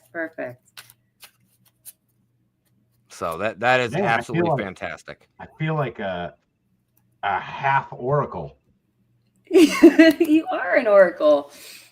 No, I'm only halfway there. I throw the bones. I don't interpret them. All right, Bon Jovi, calm down. I don't understand that reference at all. Bon Jovi. I'm halfway there. Oh, gotcha. Oh, yeah. This entire time, I've been thinking of different songs that like line up with everything Dani's been saying. Nice. Like at one point, she's like, "Oh, they're taking advantage of you. You know, they're getting the best of you." And I'm like, "Oh, Foo Fighters, getting the best of you." And I feel like most of the readings tonight have been like early 2000s, like alt rock songs. Nice. Yes, it has been. Yeah, that. I'm on the same wavelength as you, Ian. I'm thinking of songs like Yeah, the entire time. Because I'm in my head over here singing lyrics. Like I hear a word and it just triggers it. Oh, what are you drinking, Dani? That would be water. Everclear? No. If she just straight took, it's a skeleton unicorn with a skeleton with a wine glass. It's perfect. oh, let me grab I'll show you my bottle. I want to see your bottle. I have a Death Eater. Oh, nice. And he has proper 12. All right. He does. And just gotta stay hydrated. Rob just asked if we can go back to Merkin. Should we do a 3-card reading for Rob? Because he didn't get a 3-card reading. Yes, yeah, we'll do a 3-card reading for Rob. Devil, but Rob, you can't get the devil with me, my guy. All I have is cups, wands, pentacles, and swords. Wouldn't that be some shit if you actually pulled the devil? Again? You can't because there's no face card. Whoops. Well,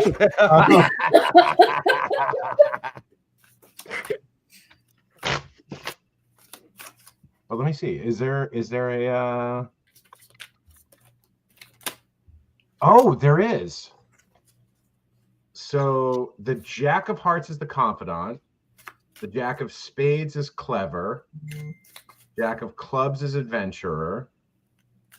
Jack of Diamonds is grounded. No. All right. So the rich man, the wise man, the calculated man. No, nothing about devils or anything. All right. Did you seriously just pull the same card? 3 of cups. Okay, so you have 3 of cups. I do. Death. Jesus Christ. And 2 of cups. So the 2 and 3 of cups. This is the second time I've pulled up. Okay. Great. Hold on. I'm going to start playing Ave Maria right. Well, no, death is actually just a rebirth. Death is not a bad card. It is a rebirth. Yeah, I know. It's an amazing card. Transformation, rebirth. And you could be reborn, Rob, to have 2 or 3 cups. Could be either just one. 2 or 3. Just 2 or 3. 2 or 3. But so that's all it takes to fill it sometimes is 2 or 3. 2 of cups is So unions, partnerships, this ability to come together with meaningful information, meaningful connections to other people, like right? Sure. Yeah, just like it.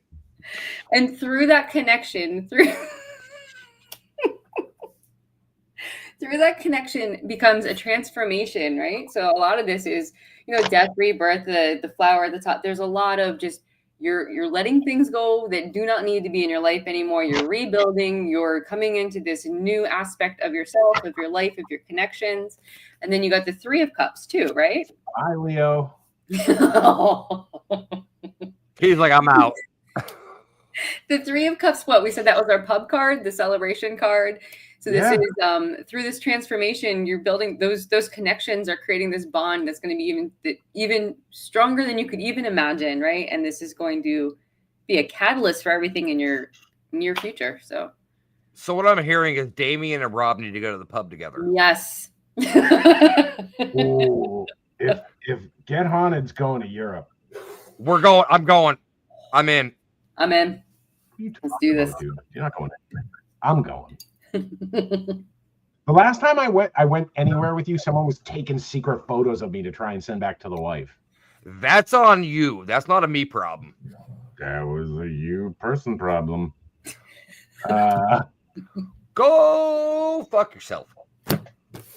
If I could, I'd never leave my room.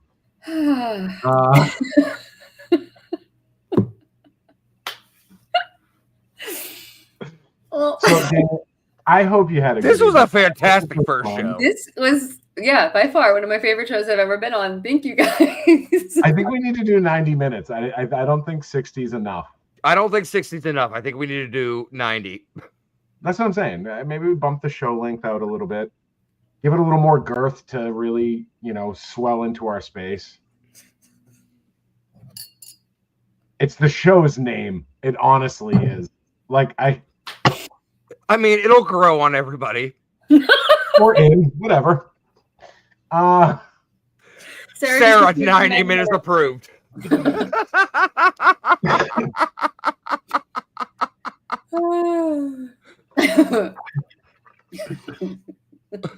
Yeah, sure, Courtney. By all means. Just let me know. I'm terrified of what that question is going to be. What the fuck? Yeah, like, what the fuck is wrong with you? A lot.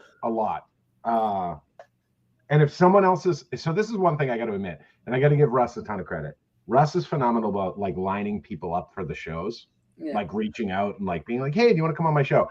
I'm fucking terrible at that. You put me in the weeds and I can perform. I am a dancing monkey. You put me on stage and I will fucking dance a jig. But you ask me to line people up.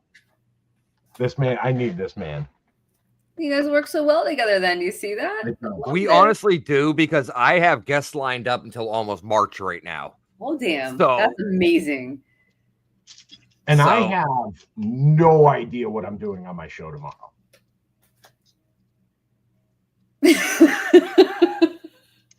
None.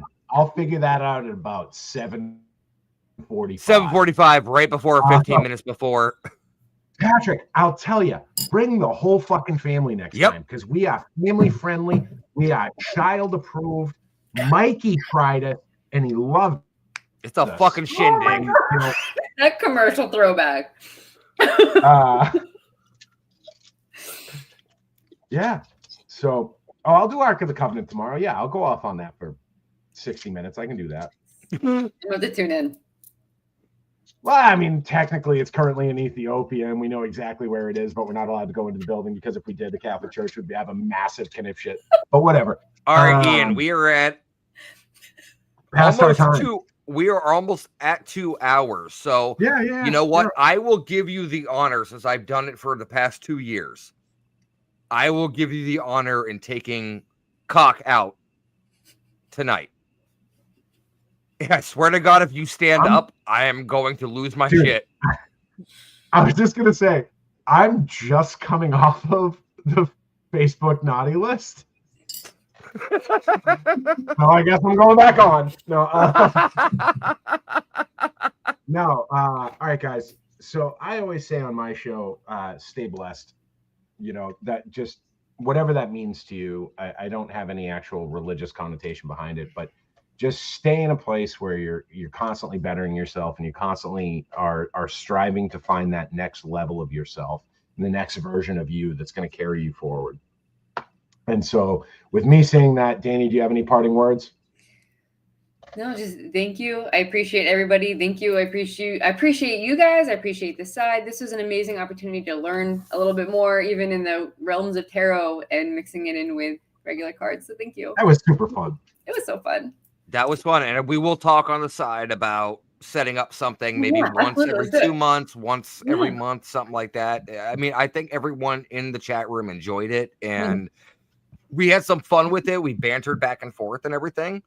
Like Ian said, he always says something on the show. I always say something on the end of my show is, you know what? I can't do this without you guys. You guys are the reason I do what I do. And now I can say, you guys are the reason we do what we do.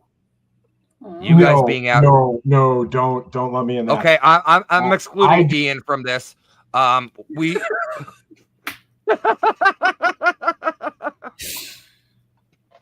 I do what I do because of mental issues. Like, don't. You're doing it altruistically. Don't diminish what you're doing by including me.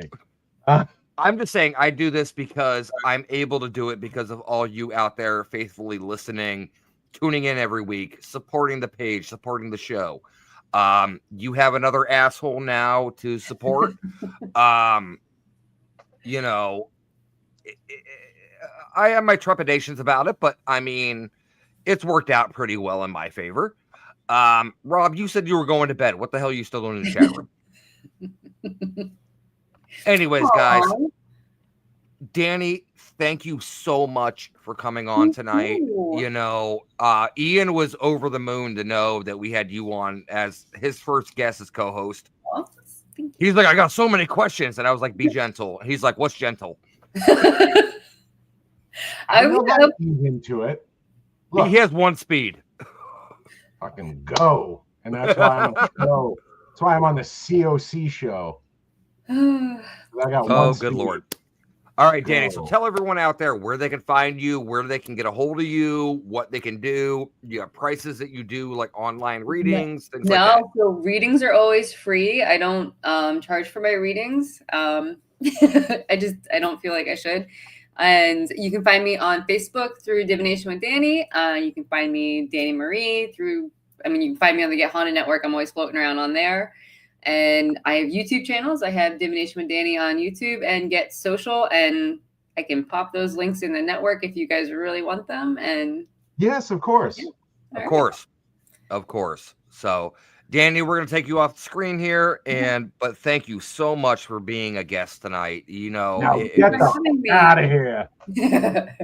No, if I could do like the kick motion, like, no. But no, Dani, wow. He just straight dropped her. I mean, you said do the kick motion, so I did. I did the little flick. Jesus. And with that. All right. Well, I guess I'm ending the show. So Ian's not going to know our guest for next week because he decided to pissily remove himself from the show because he wanted to be a baby. So he is now on a bottle. And I'm not a baby. Russ is just being an asshole. Well, I mean, you know, he is on a bottle, though. What the heck? Hi, guys. What the fuck? I'm gonna take away control from Ian. I swear to Christ. But you know, guys, And we're all back. and we're all back. Ugh. All right, so I'm gonna say this really quick. Okay. It's gonna be like one of those pharmacy commercials. So next week, Monday, 9 p.m. Eastern Time, we have Stacey Johnson, who is the female Pennywise. If you didn't know, there was a female Pennywise stand-in for It Chapter 1 and 2 because Bill Skarsgård was too tall to fit in the sewer drain, so they actually found someone that looked like him and put him in. Also, she will be at the Maine Paranormal and Horror Con in September 6th and 7th in full makeup. I'm So terrified. I got my work cut out for me. But guys, you have been absolutely amazing. Dani, again, thank you so much. Ian, fuck you for coming on. I regret having you as a co-host. But As you will. you're good. You'll stay around for a while until you get sick of me. But no, guys, thank you so much. You know, from everyone at the Get Haunted family, Paranormally Blonde. We got Greg Bakken coming up here in 10 minutes. Jesus. Yeah. 4 minutes. Wrap it up, Yep. champ. He's got the All thrill right. now. So, guys, thank you so much for coming out. We really appreciate it.